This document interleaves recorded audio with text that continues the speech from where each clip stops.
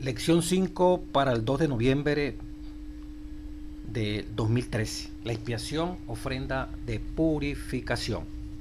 Lo que dice la revelación en el estudio del folleto de escuela sabática. Estudiando las lecciones anteriores podemos ver la primera, el santuario celestial. Vimos la residencia de Dios, dónde estaba Dios, sobre el trono de Dios, el cielo sobre la tierra, como el santuario entonces vino aquí a la tierra. Nosotros como santuario, Cristo como santuario. Luego vimos las diferentes ofrendas, los sacrificios. Luego estuvimos estudiando lecciones acerca del santuario, cómo el santuario se convertía en el centro de adoración, lo máximo, pues. No había otra cosa tan especial como era el santuario. Y finalmente, en esta semana vamos a estudiar la expiación, ofrenda de purificación. El texto de memoria lo encontramos en 1 de Pedro 1, 18 al 19. Sabiendo que fuiste rescatado de vuestra vana manera de vivir, la cual recibiste de vuestros padres, no con cosas corruptibles, como oro o plata, sino con la sangre preciosa de Cristo, como la de un cordero, sin mancha y sin contaminación. Esta semana consideraremos varios conceptos relacionados con la ofrenda de purificación, también llamada ofrenda por el pecado, que era la forma que Dios designó para ayudarnos a comprender mejor cómo Él nos reconcilia consigo mismo por medio del único sacrificio verdadero, Jesucristo. Aquí se usa, dice la introducción de la lección, a veces la expresión ofrenda de purificación en lugar de ofrenda por el pecado, para evitar la impresión de que por medio de que, por ejemplo, dar a luz sea considerado como una falta moral, porque la madre tenía que presentar tal ofrenda, Levíticos 12, 5 al 8. Este sacrificio se entiende mejor como una ofrenda de purificación por su impureza ritual y no un sacrificio por causa del pecado. Sí, como para tratando de aclarar de que no es lo mismo, ¿verdad?, la ofrenda por el pecado y ofrenda de purificación. Si se quiere hacer como una diferencia, la madre se purificaba, resaltando el hecho, ¿verdad?, de la necesidad de una limpieza, una purificación por la impureza ritual, como dicen los comentarios bíblicos a partir del capítulo 12 y 15 de Levítico. Nos encontramos con la realidad de que en todos estos capítulos están hablando de ofrendas de purificación ritual, vamos a decirlo así, de condiciones inmundas que se producían dentro del campamento, y habla de derramamiento de semen y de la menstruación, del 12 al 15, y de 6 irregularidades, o diríamos características, donde se mostraban derramamiento de semen, menstruación, del capítulo 12 al 15, especialmente el capítulo 15. Vemos que hay 6 especificidades de estas dos cosas que he mencionado, donde pueden ser anormales, normales, ocasiones inoportunas de relaciones sexuales, etcétera, etcétera. Y vemos que la primera y la última que aparece en Levítico 15, dice el comentario, requerían una ofrenda, pero la más sencilla, palomino, tórtolas, por la purificación, por holocausto. Y es interesante que es de lo más barato, vamos a decirlo así. Y tenía que ver con que la persona reconociera y admitiera que hasta aún la menstruación, una deficiencia en cuanto al flujo tanto de la mujer como del hombre, todo esto mostraba era impuro, pues. No pecado, pero era parte de lo contaminado del hombre, vamos a decirlo así, de esa forma, pues. Que hasta el mismo santuario cuando se dedicó, dice el comentario bíblico, hubo que hacer un sacrificio también por el pecado. Cuando los sacerdotes se dedicaban, también un sacrificio por el pecado. O sea, todo lo que el hombre hace está contaminado. y necesita limpieza, purificación. Claro, hay una diferencia. Estas cosas que son como naturales, la menstruación en la mujer, derramamiento de semen, dentro de lo natural. Y por lo tanto dentro de lo natural no se presentan ofrendas, usted lo puede leer en Levítico 15. Sin embargo, requieren una purificación delante del Rey de Reyes. Y bueno, allí se ordenaba. El pecado y la misericordia. El día domingo 27 de octubre. La lección resalta allí varios tipos de pecados. Dice, en el Antiguo Testamento se describen 3 clases de pecados, según la percepción que el pecador tenga de haber cometido una transgresión. Involuntaria o no intencional, sería el primer tipo de pecado, también se le llama por hierro.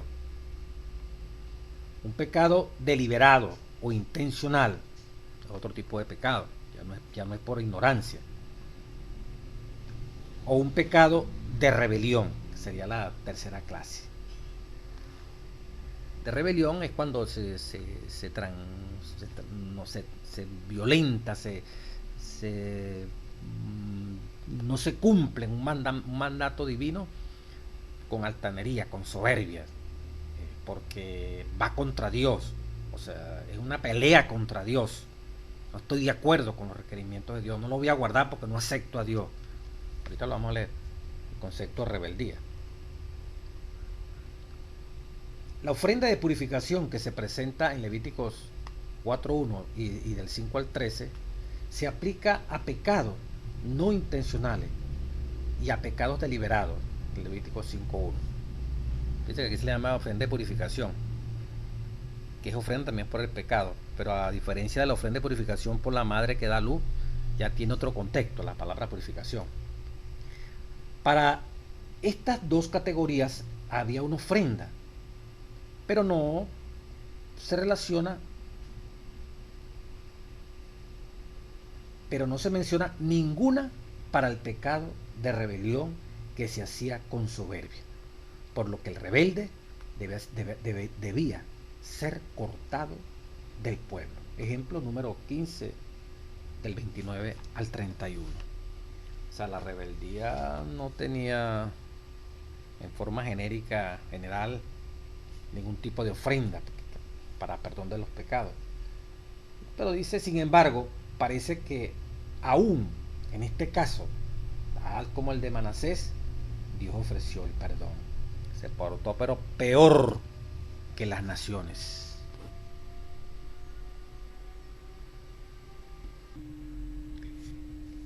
En el caso de la ofrenda donde no se ofreció ofrenda, pues por rebelión, era lo que dice el libro de Números, capítulo 15. Mas la persona que hiciere algo con soberbia, así el natural como el extranjero, ultraja a Jehová. Esa persona será cortada de en medio de su pueblo. ¿Por qué? Mire, buscando una definición de soberbia, rebeldía. Por cuanto tuvo en poco la palabra de Jehová. Amigo, hermana, usted y yo, ¿cuánto tenemos en poco la palabra de Dios? ¿Será que usted y yo tenemos en poco la palabra de Dios? Mire lo que ocurría cuando alguien tenía en poco. No era de relevancia, no era de importancia. Era simplemente concepto, nombre, etiqueta, estructura externa. Por cuanto tuvo en poco la palabra de Dios y menospreció su mandamiento, no apreció, le tuvo poco aprecio a los mandamientos de Dios. Tuvo en poco los mandamientos de Dios. ¿Será que tú y yo estamos en este plan todavía? Por cuanto tuvo en poco la palabra de Dios y menospreció sus mandamientos, enteramente será cortada esa persona. Su iniquidad caerá sobre ella.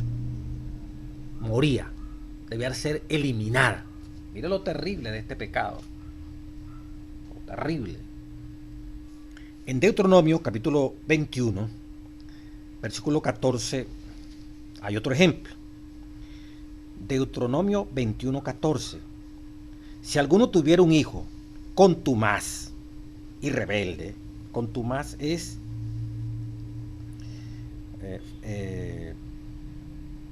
falso, desleal,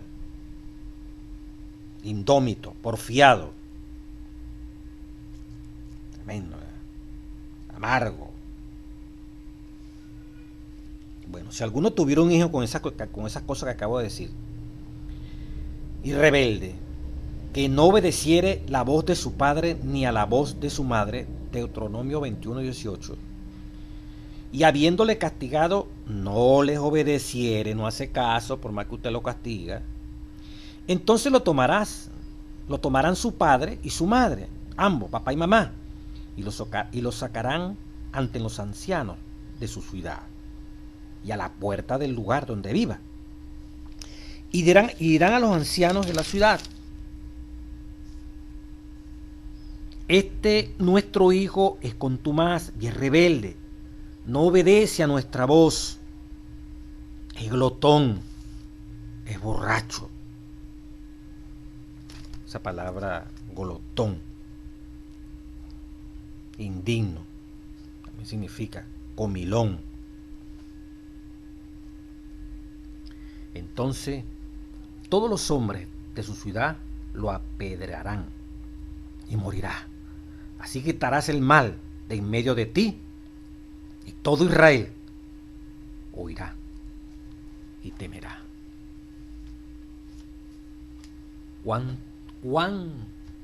de rebelde, de contumaz son nuestros hijos. Miren lo que Dios, cómo Dios veía eso en el Antiguo Testamento.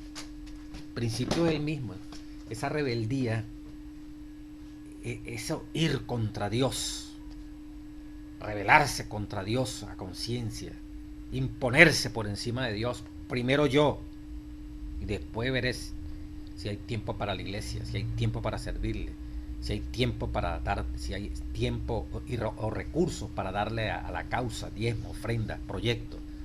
Pero primero yo. Dios no está por encima de mí. Yo estoy por encima de Dios. Y cuando digo que uno está por encima de Dios,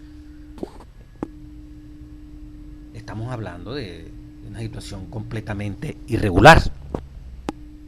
Completamente irregular. Sigue diciendo en la lección el pecado y la misericordia.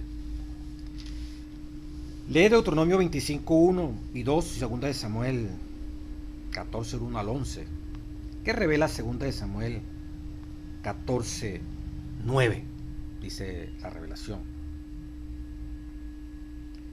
Este último dice: la maldad sea sobre mí y sobre la casa de mi padre, mas el rey y su trono sean sin culpa. Esta es la mujer de Tecoa, en la historia que aparece allí en 2 de Samuel 14, 1 al 11. Primeramente en Deuteronomio 25, 1 al 2, dice: cuando se juzgaba a una persona, el justo queda absuelto y debe condenarse al culpable. Y según sea el delito, bueno, si le toca ser azotado, sea azotado ya conforme al castigo que cometió. Y en la historia que aparece allí en 2 de Samuel 14, 1 al 11, esta mujer que comparece allí frente al rey, muestra una parte de lo que Cristo mismo asumió por nosotros, cuando ella le dice: la maldad sea sobre mí y sobre la casa de mi padre, mas el rey y su trono sean sin culpa. 2 de Samuel 14, 9. Un hijo había matado a su hermano. La mujer tenía 2 hijos, uno de los hijos mató a su hermano. Entonces se pedía, la ley decía que del muchacho que mató a su hermano debía morir también.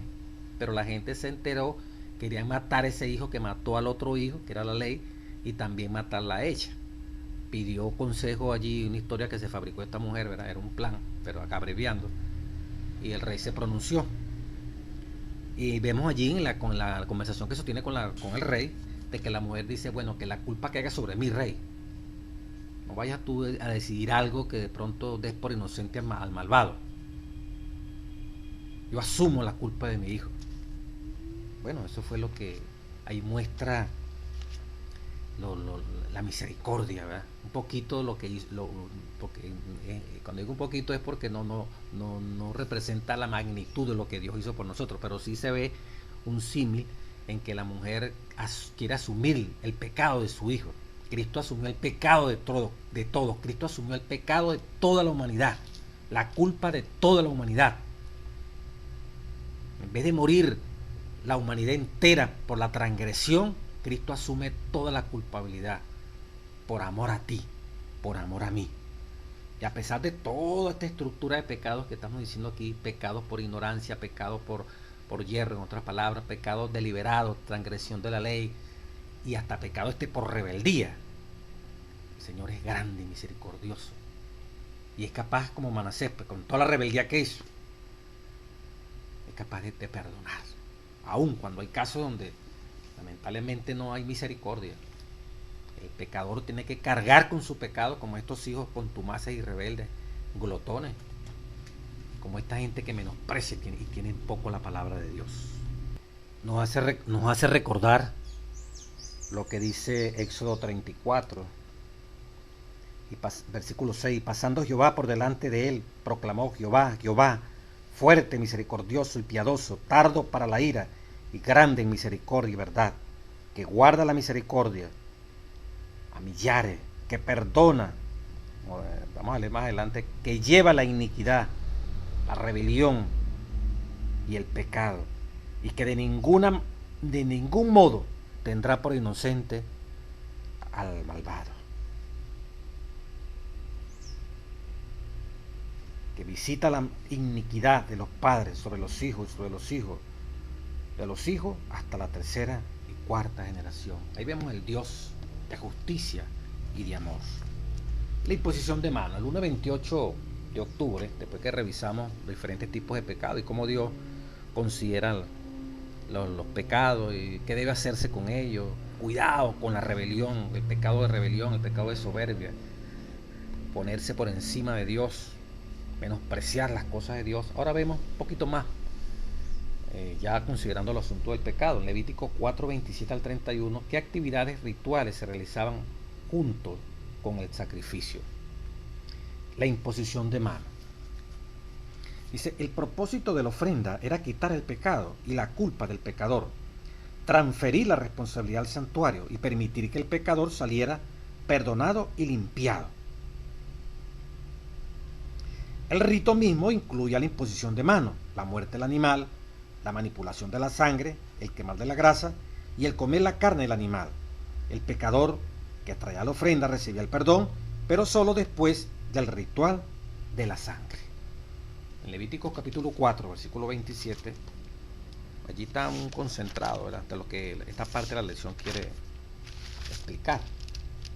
Si alguna persona del pueblo, Levítico 4:27, pecare por hierro, pues son pecados, ¿verdad?, por ignorancia, sin darnos cuenta, haciendo algo contra alguno de los mandamientos de Jehová, en cosas que no han de hacer, y delinquiere, violar la ley, luego que conociere su pecado, tiene que ser racional, ¿verdad?, pedir pecado por algo específico, que cometió, traerá por su ofrenda una cabra sin defecto por su pecado que cometió. Entonces aquí viene el tema del día lunes 28 de octubre, la imposición de mano. Dice, y pondrá su mano, en el versículo 29, Levítico 4, sobre la cabeza de la ofrenda de la expiación. Pondrá su mano sobre la cabeza de la ofrenda de la expiación. Luego la degollará en el lugar del holocausto. Pero, ¿qué implicaba poner la mano sobre la cabeza de ese animal? Entonces en Levíticos capítulo 16, palabra de Dios, Levíticos 16, 21. Mire cómo dice, y pondrán sus dos manos sobre la cabeza del macho cabrío vivo y confesará sobre él todas las iniquidades de los hijos de Israel, todas sus rebeliones y todos sus pecados, poniéndolos así sobre la cabeza del macho cabrío, y lo enviará al desierto por mano de un hombre destinado para esto. O sea, colocar la mano, la imposición de mano implicaba que cuando yo agarraba el corderito, la cabra, la ofrenda que iba a presentar por el pecado que se cometió, la imposición de mano implicaba transferencia, que yo colocaba, pasaba mi pecado, mi iniquidad, lo que a mí me condenaba a muerte, mi culpa, se la colocaba al animal inocente. Fíjese que no se le confesaba pecado a un hombre. Yo no iba a llamar a un cura, a un sacerdote y contarle mis pecados para que él me perdonara. Ni siquiera en el Antiguo Testamento esto funcionaba. Esto viene de Babilonia. Cuando el sacerdote oficiaba, dejaba al pecador en libertad, en soledad. Él y lo que simbolizaba a Cristo, que era el animalito que estaba allí, transfiérale su pecado. Dígale lo malo que usted hizo. Y el hermano nuestro colocaba la mano sobre la cabeza del animal. Yo robé, aquí está el pecado, te confieso que yo robé, te confieso que mentí, dije algo que no debió decir y se ofendió a alguien, en este caso este tipo de pecado por hierro. Aquí está este pecado, se lo paso a este animal. Eso es la imposición de mano. Te transfería el pecado al animalito. Claro, ya la muerte que debería caer sobre mí ya no iba a caer, sino que iba a caer sobre quién, sobre quien está cargando con la culpa, que se llama quién, el cordero, la cabra, el sacrificio que me toca ofrecer por el pecado. Por eso se llama el chivo expiatorio, como dicen en el mundo hoy en día, buscar a alguien para echarle la culpa. Andan buscando un chivo expiatorio para que haga expiación. A alguien inocente, entonces lo culpan, ese es el chivo expiatorio. Aquí, la víctima, este animal que es inocente, que simboliza a Jesús, cargó con nuestras culpas. Él no era culpable de nada, como el animalito de un año, sin defecto. No sabía ¿por qué tengo yo que morir por ti? Si el animalito va a poner a pensar metafóricamente. Inocente, Cristo, tengo yo que morir por la raza humana. Sin embargo, Dios en su inmenso amor compartió con su Hijo y con el Espíritu Santo esta experiencia de que hubiera un sustituto para ti y para mí, porque Dios no quiere la muerte del impío, del transgresor. Dios quiere que el impío, el transgresor viva y reine en Cristo Jesús. Bueno, como dice la lección, ¿verdad? Según Levítico 16:21, la imposición de mano estaba acompañada por una confesión del pecado. Esto reconocería la transferencia del pecador al animal inocente, como lo veníamos diciendo. Luego, el día martes, la transferencia del pecado. Jeremías 17:1 nos da una lección muy grande. Primero, los pecados, primera parte del domingo. Segundo, analizando un poquito más fuerte, para producir la expiación, que es el título de la lección, agarramos la víctima, reconocemos que hemos pecado, aprovechamos la provisión que se hace para que el pecado sea eliminado. Ya vimos los diferentes tipos de pecado. Agarré el sacrificio que me toca por el pecado. Primera parte, coloco mi mano sobre él. Y me pongo que en aquel tiempo, cuando me vean con un corderito, una cabrita, podía llegarse a pensar, bueno, este es por holocausto, por el pecado, o sea, ¿por qué será? Y cuando se trataba de ofrendas por el pecado, quiero decirle, hermanos y hermanas, que y se llevaba también holocausto. Primero se ofrecía la ofrenda por el holocausto, y luego la ofrenda por el pecado, y luego se ofrecía la ofrenda de holocausto. En la purificación, la diferenciarlo de la ofrenda por el pecado era al revés. Primero el holocausto lo ofrecía el sacerdote, no la persona, y luego la ofrenda por el pecado. Interesante en la diferencia así de ofrenda. Entonces, ahora viene la transferencia del pecado. Una vez que el pecado cayó en la cabeza del animal, va a ser transferido, viene como una segunda transferencia del pecador al animal, ahora del animal al santuario. ¿Pero de qué manera? Mire cómo dice Jeremías 17:1. El pecado de Judá escrito está con cincel de hierro, imagínese usted, y con punta de diamantes. Esculpido está en la tabla de su corazón, ahí está el pecado, y en los cuernos de sus altares. Dice aquí la lección: después de la imposición de manos y la muerte del animal, El siguiente rito en la ofrenda era la manipulación de la sangre. ¿Qué se iba a hacer con la sangre? El sacerdote aplicaba la sangre expiatoria a los cuernos del altar. Como se involucraba la sangre, esta parte del rito tenía que ver con la expiación. Levítico 17:11. Si el pecador era un hombre común o un líder, la sangre se aplicaba sobre el altar del holocausto. Si los pecadores era el sumo sacerdote o toda la congregación, la sangre se aplicaba al altar interior, el altar del incienso. El pecado era más grave. Por eso había que entrar dentro del santuario. Si era una persona común, en el altar allí el sacrificio, 4 cuernos que estaban allí en los cuernos se marcaba la sangre. Fíjense, tomé el animalito, lo llevé al santuario, me pasan mi cuchillo y mi poncherita para recoger la sangre.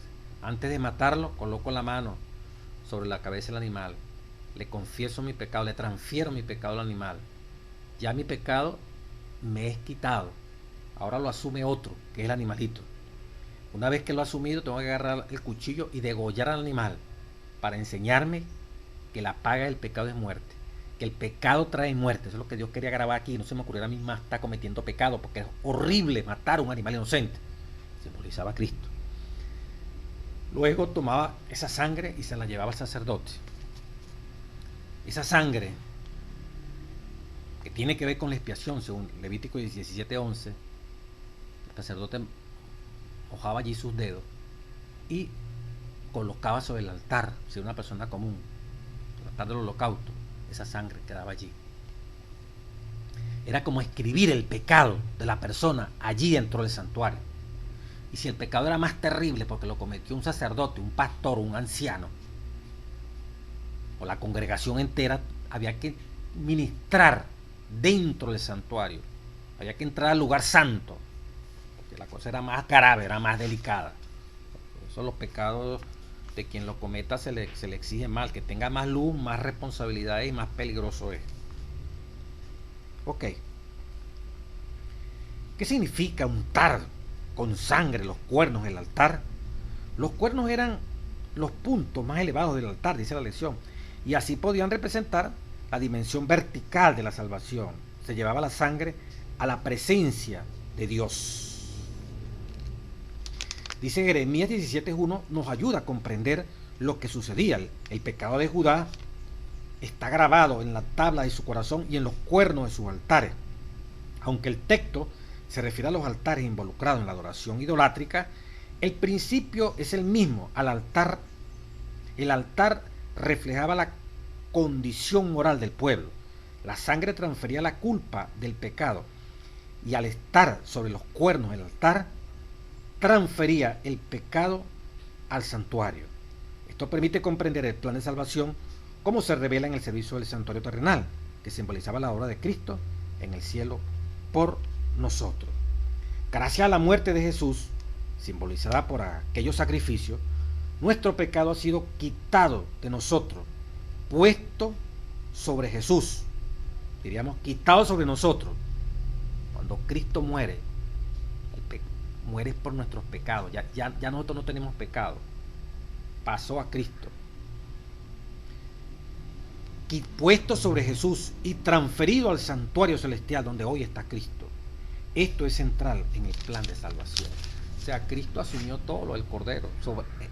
Sobre Él confesamos nuestros pecados. Y por Él asumir nuestros pecados tiene que morir. Y nosotros mismos lo llevamos a la muerte, como si le claváramos un cuchillo al corderito. Bueno, se lo estamos clavando a Él cada vez que pecamos. Jesús tiene que ser degollado de manera simbólica. Tuvo que ser inmolado de manera teológica allí por ti y por mí, para que tú vivieras, para que yo viviera mientras que Él moría, para que tengamos vida. Cuando abundó el pecado, sobreabundó la gracia. Ahí está la gracia, pues, el favor inmerecido.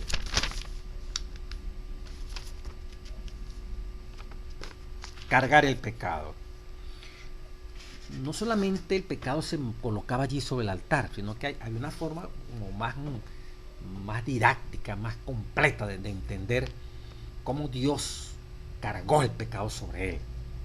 En Levítico 16, 25 y 26, la parte del miércoles, y 10, 16 al 18, qué verdad vital se revela aquí.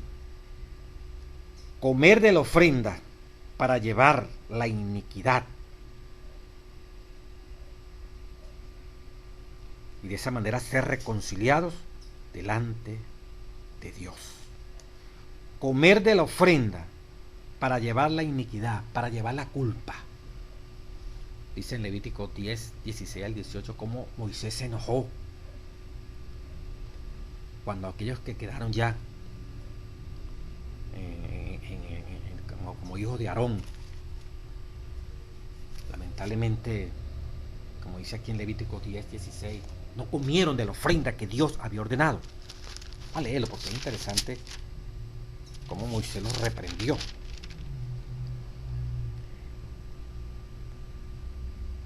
Y Moisés, dice el versículo 15, preguntó por el macho cabrillo de la expiación. Estoy leyendo Levítico 10, 16.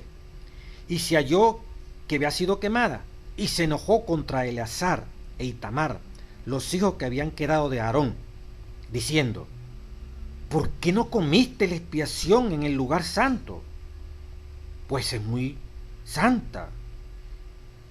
Y la dio Dios a vosotros para llevar la iniquidad de la congregación, para que sean reconciliados delante de Dios. ¿Para qué Dios dio esa carne? ¿Para qué debían comerla? Para llevar la iniquidad, para llevar la culpa de la congregación. No solamente el cordero llevaba la culpa, sino que ahora ellos comían en el cuerpo de ellos, cargaban la culpa de la congregación. Cristo cargó sobre su cuerpo el pecado tuyo y mío, para que ellos como sintieran, al comer la carne estaban comiendo, se hacía parte de ellos la iniquidad, la culpa de ese pueblo por el que estaban intercediendo. Mire cómo Dios quería hacer esto práctico, que los sacerdotes se sintieran uno con el pueblo. No era un acto exterior colocar la sangre y marcar allí los cuernos, sobre los cuernos, mancharlos allí de la sangre del pecador, que colocaba el sustituto que era la ofrenda por el pecado, el animalito que moría, sino que parte de la ofrenda, en ocasiones especiales, tenía que comerla el sacerdote. Y cuando en este caso no ocurrió, Moisés se enoja. No tanto por lo material, que es la parte de la comida para ella el día a día. No. Es que esta porción de la ofrenda era porque simbolizaba que ellos estaban cargando sobre sí, llevando sobre sí. Estaban comiendo, haciendo suyo en su cuerpo físico el pecado de la congregación. Y era la única manera como ellos podían reconciliarse delante de Dios. Qué tremendo, ¿verdad? No solamente era confesar el pecado sobre la cabeza del animal, degollar al animal, porque ahora el animal se convirtió en pecador, tomar de la sangre derramada de la muerte de ese animal y transferirla allí en posición de mano. Ahora transferirla, doblemente ahora transferir la manipulación de la sangre que dicen los teólogos, y colocarla sobre el altar, o del holocausto si la persona era común, o de un sacerdote, un anciano, allá en el altar del incienso. Qué tremendo.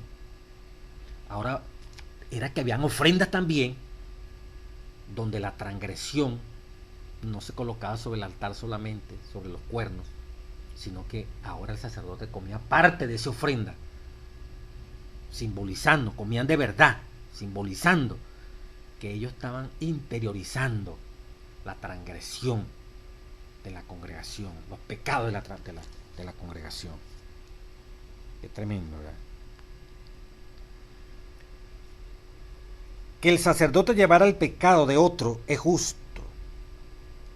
Es justo lo que Cristo hizo por nosotros. Que el sacerdote llevara el pecado de otro es justo lo que Cristo hizo por nosotros. Él murió en nuestro lugar. Concluimos que la obra sacerdotal en el santuario terrenal tipifica la obra de Cristo por nosotros, porque Él llevó sobre sí mismo la culpa de nuestros pecados. Cargó con el pecado, ¿verdad? Y por último, el día jueves dice Miqueas 7, 18 al 20. ¿Qué cuadro de Dios encontramos en este pasaje? Bueno, como decir la expiación, el perdón completo. Que Dios como tú, que perdonas la maldad y olvidas el pecado.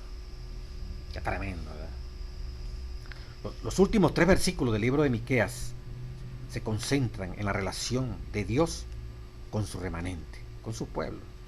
El texto describe en forma hermosa por qué Dios no tiene rival. Él es incomparable por su amor y su gracia perdonadora. Las características destacadas de Dios, como se revelan en Miqueas y en otros lugares, es su disposición a perdonar. Miqueas enfatiza este punto al usar diversas expresiones para los atributos de Dios. Voy a leerlo. Miqueas capítulo 7, versículo 18 en adelante. Palabra de nuestro amado Dios. Miqueas capítulo 7. Búscalo ahí también, hermano. Dice: ¿qué Dios como tú, que perdona la maldad y olvida el pecado del remanente de soledad? Que olvida el pecado. No retuvo para siempre su enojo, porque se deleita en misericordia. ¿En qué se deleita Dios? En misericordia. Tiene compasión de nosotros. Se deleita en compadecerse de nosotros por su grande amor. Porque Él es amor. Él volverá a tener misericordia de nosotros. Sepultará nuestras iniquidades, nuestras violaciones a la ley, y echará en lo profundo del mar todos nuestros pecados. Cumplirá la verdad a Jacob y a Abraham la misericordia que juraste a nuestros padres desde tiempos antiguos. Él volverá a tener misericordia de nosotros, sepultará nuestras iniquidades y echará en lo profundo del mar todos nuestros pecados. Hermoso, ¿verdad? Lo que hace Dios. Cuando hemos hecho todo este proceso, hoy en día, cuando no estamos en el Antiguo Testamento, pero que el Antiguo Testamento, ¿verdad?, nos señala, nos perfecciona en entender con mayor claridad, con la ayuda del Espíritu Santo, lo que pasó en la cruz. Cuando nosotros pecamos y entendemos lo que es la pecaminosidad del pecado, entendemos la magnitud de lo que significa estar separado de Dios, el menosprecio de lo que se ha hecho para que no vivamos en pecado, el que no tomemos en cuenta lo que implica el sacrificio de Dios, despojarse de su Hijo para que tú vivas y yo viva. Cuando nosotros entendemos un poquito nuestra mente humana, carnal, todos los días que necesitada, en ese sentido carnal, de transformación, de regeneración, una mente que todos los días tiene que ser santificada por el Espíritu Santo. Cuando llegamos a comprender la magnitud de lo que implica el pecado, el precio que se pagó por el pecado, que Dios tuvo que despojarse de su Hijo y que su Hijo morir por ti y por mí, cuando vislumbramos algo de eso y nos horrorizamos que cada pecado nuestro, involuntario, deliberado o por rebeldía, mereciera que ya estuviéramos fuera del campamento, Dios es grande en misericordia. Dios extiende su gracia, que es un amor, un favor inmerecido, un amor que no merecemos. Y confesamos. El Espíritu Santo pone aquí el arrepentimiento, nos hace sentir dolor por el pecado. Y lo confesamos. Pero tenemos alguien a quien confesarlo, una víctima sobre quien va a caer ese pecado. Hoy es Jesús, el Cordero de Dios que quita el pecado del mundo, Juan 1:29.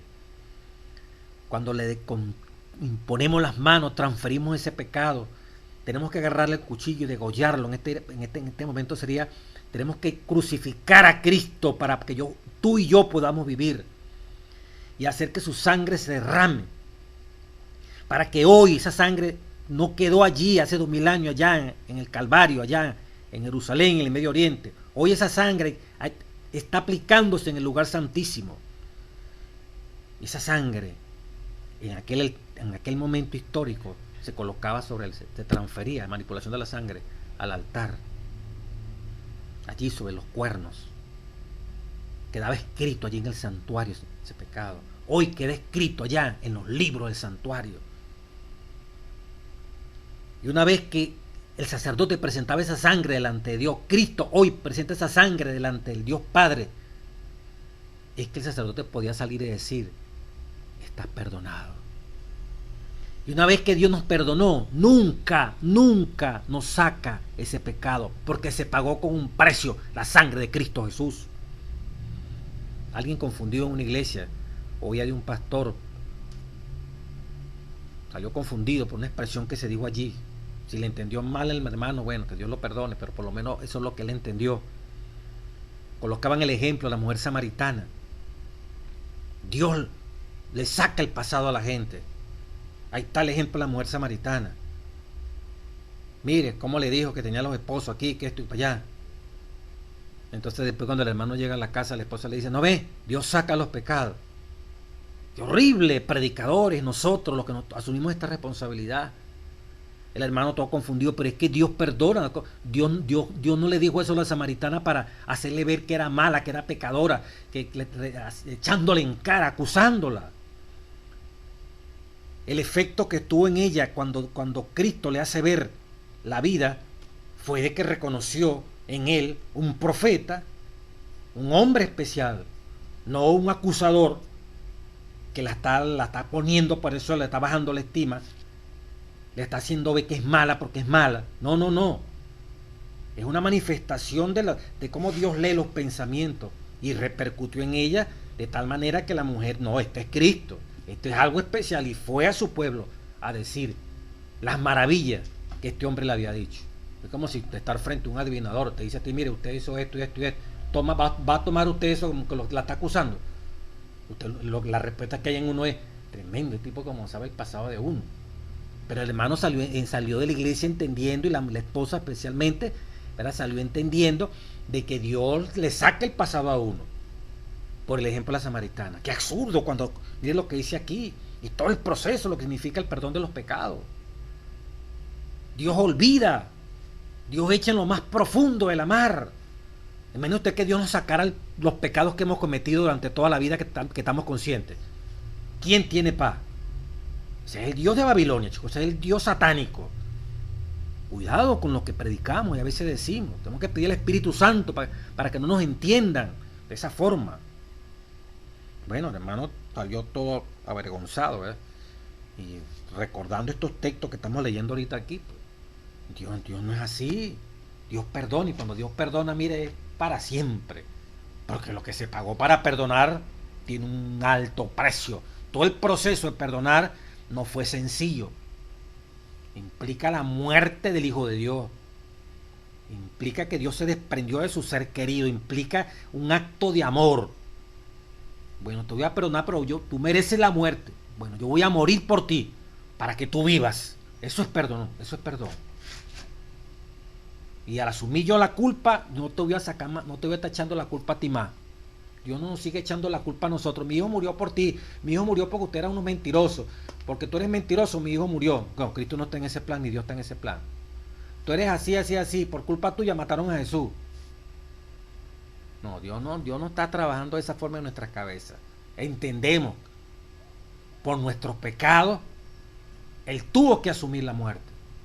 Para que una vez que nosotros entendemos esta verdad, digamos: Señor, gracias porque tú asumes nuestros pecados, para que yo viva y tú mueras. Y hoy, tú resucitado, porque no hubo pecado que te retuviera en la tumba, hoy intercedes por nosotros y por una iglesia remanente. El remanente que Dios perdona, lo limpia. Los hombres no perdonan, los hombres perdonan pero no olvidan. Concepto humano, ¿verdad? Dios perdona y olvida. Si tenemos a Dios, somos así. De otra forma, no es cristianismo, es solamente una fórmula. Bueno, sacrificio, la ofrenda de expiación, ofrenda de purificación. A veces los dos términos se utilizan como iguales, pero ya vimos que tienen su acepción, tienen su particularidad. Dios nos permite en este estudio ir profundizando y conociendo más de estas cosas sagradas, para que nuestra vida cada día más reflejen al amado y Señor Cristo Jesús. Dios bendiga a su iglesia.